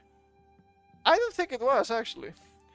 They didn't name or rank any specific platforms, and GARM's role wasn't to advise marketers on where to spend their budgets. I just don't believe you. I just don't believe you, dude. This advertising revenue plummeted after Musk's takeover, with large advertisers among those who fled the platform after the company changed owners. Musk had fired hordes of sales and safety staff and brought back previously banned accounts to the platform now known as Twitter. Yeah, based. Extremely rare Elon Musk W, not gonna lie. The platform's lawsuit alleged that after Musk acquired Twitter in 2022, GARM persuaded top brands not to advertise on it. I can believe that one. I can believe that one. Musk is opposed to the globalists. He is not based, but he's in a different camp. Advertising Insiders expressed concerns to Business Insider earlier this week that while they thought the claims that made in Twitter's suit were baseless, the action would nonetheless sap GARM of resources that would hinder its work. Good. Fuck these guys. GARM has only 2 full-time members of staff and had already retained counsel to deal with legal requests from the chairman of the House Judiciary Committee, Jim Jordan, Republican Ohio. The committee has been investigating whether GARM members illegally colluded to demonetize conservative platforms and voices. Most probably, let's be real, that investigation is ongoing. That's a big win for the First Amendment, and a big win for Chairman Jordan's oversight works, said Russell Dye, a spokesman for the committee. Earlier this week, the video site Rumble also filed an antitrust suit against the WFA and the ad agency holding company WPP,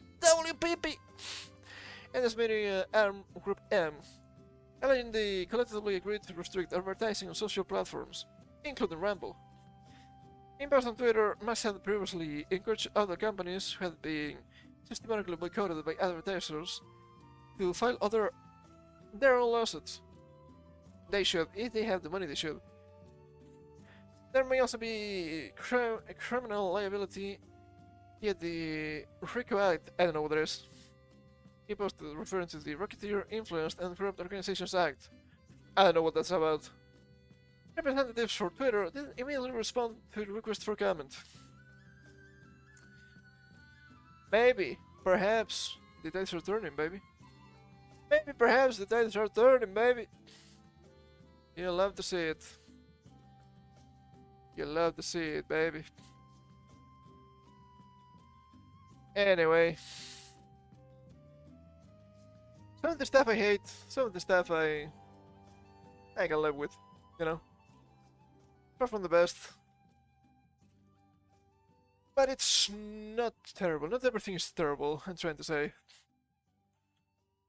It's pretty rough out here. I do hope the translation bullshit improves just a little bit. But yeah, perhaps the tide is turning. Perhaps we can win a little bit, you know. Barely perhaps. But anyway, it's gonna be time for me to take my leave. So thank you for coming. Hope you had some fun. Do not mull too much, okay? We'll come back on Monday as per usual, some more Hacker's Memory. Managed to get the batch of tactician USBs already. And we'll try to get some more that can be useful. And we'll be playing through that one a little bit. Oh man, I'm dying. Anyway, thank you for coming, and we'll see you all soon. Until then, you know the rules. Take care.